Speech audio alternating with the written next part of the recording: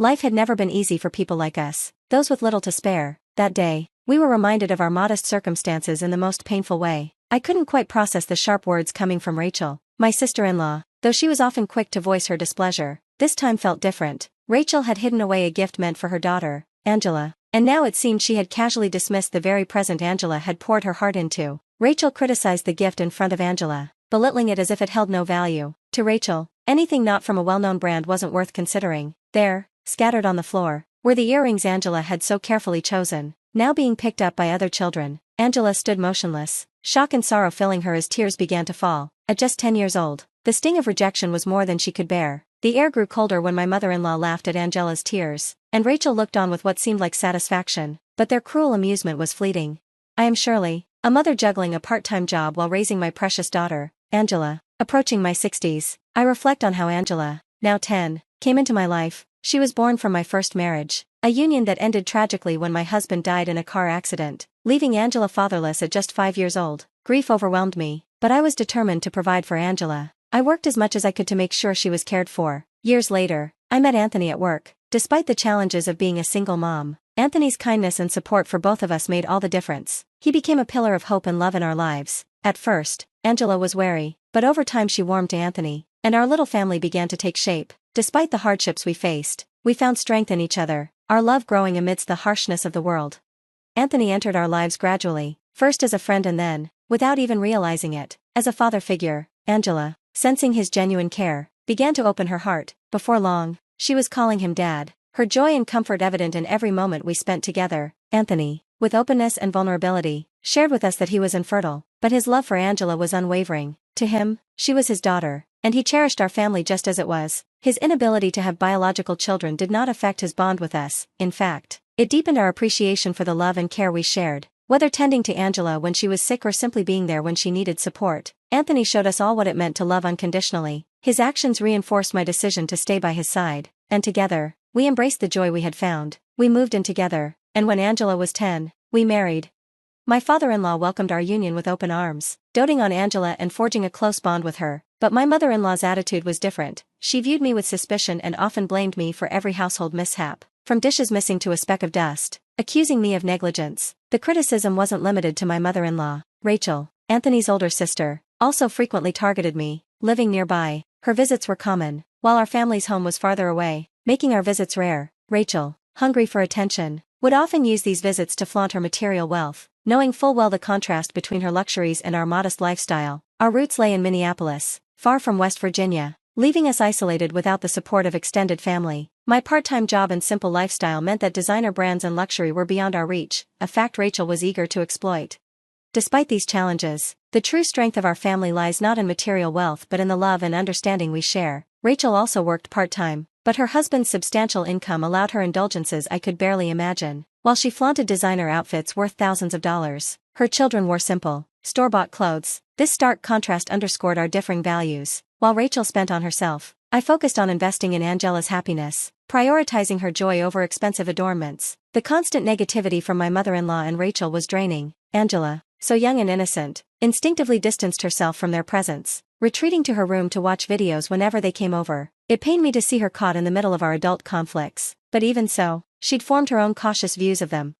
The support I needed came from within our family. My father-in-law never hesitated to voice his disapproval of Rachel's behavior, often stepping in to diffuse tension. Anthony, too, had little fondness for his sister, often recalling her selfishness from their childhood. Since we moved out, Anthony had limited his visits home, primarily to give his parents time with Angela and to avoid unnecessary run-ins with Rachel. Interestingly, Angela and Rachel's children got along well, a bright spot that reminded us of the importance of keeping their budding friendship separate from our adult disagreements. With Anthony and my father-in-law's support, we maintained a civil distance from Rachel, making our infrequent gatherings manageable. As Angela grows older, I expect our visits to become even less frequent, requiring just a little more patience on our part. I reassured Anthony and myself that we could handle it, together. The holiday season presented a new opportunity for interaction, an invitation to a Christmas party at my in-laws' home, organized by Rachel with help from my father-in-law. He made sure to include Angela, knowing how much she looked forward to such gatherings. Since the event fell on a Sunday and both Anthony and I were off work, we decided to attend with Angela. Like many holiday parties, this one promised a gift exchange, a tradition we couldn't avoid. Understanding our financial constraints, we planned to contribute a thoughtful gift, even if it wasn't extravagant, but Rachel, ever bold, had included a list of preferred gifts with the invitation, setting expectations far beyond our means. Still, we resolved to attend with grace, focusing on the joy the occasion would bring Angela. Rachel's wish list for the children's gift exchange was packed with high-end brands and expensive items, each priced over $200, definitely not the kind of thing you'd expect at a children's party. It was clear that Rachel's children didn't typically wear such luxury items. In fact, the list seemed more suited to Rachel's tastes than to her kids. Choosing to avoid her lavish expectations, we encouraged Angela to pick out something that felt special to her. After several shopping trips, each filled with excitement and an ever-growing list of possibilities, Angela decided on a pair of earrings and some colorful erasers, totaling around $75. The simplicity and thoughtfulness of her selection stood in stark contrast to Rachel's extravagant list. As the party neared, Angela's excitement grew. We kept the atmosphere light, focusing on the joy of the season and the happiness it would bring Angela. When the day arrived, the party was filled with festive cheer. Rachel's children had crafted handmade decorations, and my father-in-law, a former chef, had prepared a feast, a beautifully decorated cake and roast chicken, all expertly made. The children enjoyed themselves in the living room, reveling in the festive spirit, while the adults gathered in a smaller room, once Anthony's childhood space, where they chatted and shared drinks. Rachel's husband was absent, caught up with work, and Rachel, as usual, seemed to avoid me, a sentiment I mirrored. When it was time for the gift exchange, Angela eagerly handed her chosen presents to Rachel's daughter, who received them with genuine delight. It became clear that Rachel's demand for pricey gifts wasn't shared by her children, who were thrilled with Angela's thoughtful selection. The exchange continued with laughter and joy, following a familiar game where music played and the children passed around gifts until the music stopped. A hiccup occurred during the party when it appeared a gift was missing, causing confusion among the children. As I searched through the scattered toys and snacks, Rachel suddenly stormed into the room, her frustration boiling over. She turned her anger on Angela, accusing her of misplacing the gift and demanding we leave immediately. Her outburst was both shocking and revealing, exposing the bitterness she held and causing a stir among everyone present. Despite the commotion, it became clear that the heart of the celebration, the children and their genuine enjoyment of the simple joy of gift-giving, was what truly mattered. The incident with Rachel underscored the stark contrast in our values and priorities, but it also highlighted the importance of understanding and compassion, qualities that seemed completely absent from Rachel's approach to the holiday gathering. In a surprising twist, it was revealed that Rachel had hidden a gift meant for Angela, only to dramatically reject it in front of everyone. She criticized the present Angela had so thoughtfully prepared, dismissing it as unworthy and insisting that we leave for failing to meet her high standards. The scene was heartbreaking as Angela's carefully chosen earrings lay scattered on the floor, being picked up by other children while she stood in stunned silence, tears threatening to fall. At 10, such rejection was a crushing blow, and Rachel seemed almost pleased with the distress she had caused. But then, something unexpected happened. My father-in-law, usually calm and reserved, intervened with an intensity none of us had anticipated. He passionately defended Angela, scolding Rachel for her cruelty in a way I had never seen before. Even my mother-in-law, who had joined in the mockery earlier, fell silent under his reproach. It turned out that my father-in-law and Anthony, who had abstained from drinking, had witnessed the entire ordeal. Anthony had shared with his father Rachel's unreasonable demands for expensive brand-name gifts, and my father-in-law, disheartened by her materialism, seized the opportunity to address the issue. Amidst the tension, Rachel's children began to show empathy for Angela, offering comfort despite their mother's objections. Rachel, panic rising, tried to pull them away, fearing they might be influenced by Angela's perceived poverty, but the children ignored her, rallying around Angela in a quiet protest against the behavior of their mother and grandmother. This unexpected show of solidarity left Rachel and my mother-in-law stunned, clearly shocked by the children's compassion and sense of justice.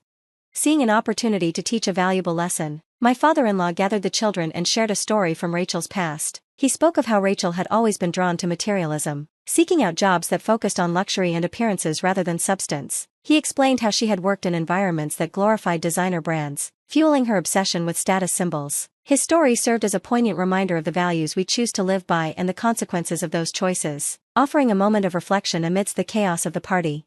Rachel had struggled financially for years, trying to maintain her expensive tastes despite her limited income. It wasn't until her third year of university, when my father-in-law discovered her secret job at a nightclub, that her facade began to crack. Faced with the threat of being disowned, Rachel left the job. This was, according to my father-in-law, the only time he had ever raised his voice at her. Afterward, Rachel took a job as a supermarket cashier before finding work at an office where she met her future husband. Even after marriage, however, her addiction to luxury remained, often leading to conflicts with her husband, who believed in living within one's means. The gift suggestions she made for us were, in truth, things she wanted for herself, not gifts for others. When confronted about her lavish lifestyle despite her part-time salary, Rachel claimed she could manage it by working extra shifts. However, her defense crumbled when my father-in-law exposed her significant debt, leaving her speechless and deflated. The revelation cast a shadow over the Christmas party, prompting us to leave early to shield the children from what had become an uncomfortable and unpleasant situation. On our way home, we bought Angela her favorite stuffed animal and quietly celebrated as a family, focusing on what truly mattered, love and togetherness. Months later, we learned that Rachel's marriage had ended in divorce after her husband discovered her hidden debts, including the cancellation of their children's education insurance due to her reckless spending. This led to a rift with his family, and eventually, Rachel was disowned. Since then, Rachel's children, now teenagers, chose to live with their father. Rachel, facing legal action for alimony and child support, struggled to make ends meet. Despite her challenges, her ex-husband ensured their children were financially supported, though raising 3 kids alone was no easy task. Seeing an opportunity to help, I considered assisting with the children's education, leveraging my research into online learning. Anthony, who had always had a natural rapport with children and had previously helped them with their studies, agreed to support them online at their father's request. This not only provided educational support but also helped strengthen the bond between our families, offering a glimmer of hope and unity amidst the challenges we were all facing. 9 months had passed since the divorce, and yet Rachel continued to send angry messages, refusing to take responsibility. She lashed out at Anthony and even her own children, claiming that her efforts to raise them went unappreciated. She insisted they would regret their decisions, calling the divorce a grave injustice. Rachel had since moved back into her parents' home, where, despite her erratic behavior, my mother-in-law remained unwavering in her support. This shift in my mother-in-law's attitude, from once scolding Rachel to now defending her every action, raised concerns, especially for my father-in-law, who sensed something was wrong. Driven by his suspicions, my father-in-law began investigating discreetly, and soon enough, he uncovered troubling evidence. He urged us to visit, and after months of rare visits, Anthony and I made our way to my in-laws' house. Our visits had become few and far between, as my father-in-law preferred to come to us. Arriving at a home that once exuded warmth and festive cheer, we were struck by its somber atmosphere. As we entered, we stumbled upon documents revealing debts incurred under my father-in-law's name, something that left us baffled. Knowing his cautious and frugal nature, Rachel and my mother-in-law returned home to find us sifting through the evidence of their financial mismanagement. Confronted with the truth, my father-in-law immediately intervened, separating Anthony from an agitated Rachel and exposing the extent of their financial ruin. It was revealed that, after exhausting her own credit, Rachel had racked up debts under her father's name, and that my mother-in-law had squandered their retirement savings on lavish expenditures alongside Rachel. The savings my father-in-law, a dedicated and careful worker, had painstakingly accumulated over the years for a comfortable retirement, nearly $2.5 million, had been drained in just 4 years, leaving them with an astounding $2.8 million in debt. Rachel and my mother-in-law tried to deflect blame, pointing fingers at Rachel's ex-husband and offering a string of unfounded excuses, but my father-in-law, armed with undeniable evidence, methodically dismantled their arguments. In a decisive move, he presented my mother-in-law with a divorce form, declaring that being associated with her had been his life's regret. He also disowned Rachel as his daughter. The sight of the divorce document sent my mother-in-law into a panic, marking a turning point in a situation that had long been marred by denial and blame-shifting. The revelation, and the subsequent actions, highlighted the deep fractures within the family, caused by unchecked desires and financial irresponsibility. In the aftermath of the confrontation, my mother-in-law tearfully begged Rachel to apologize, but Rachel remained firm, refusing to admit her wrongdoings. The situation escalated until my father-in-law, having had enough, decided to leave. Rachel, once defiant, suddenly became anxious, realizing the full weight of her actions too late.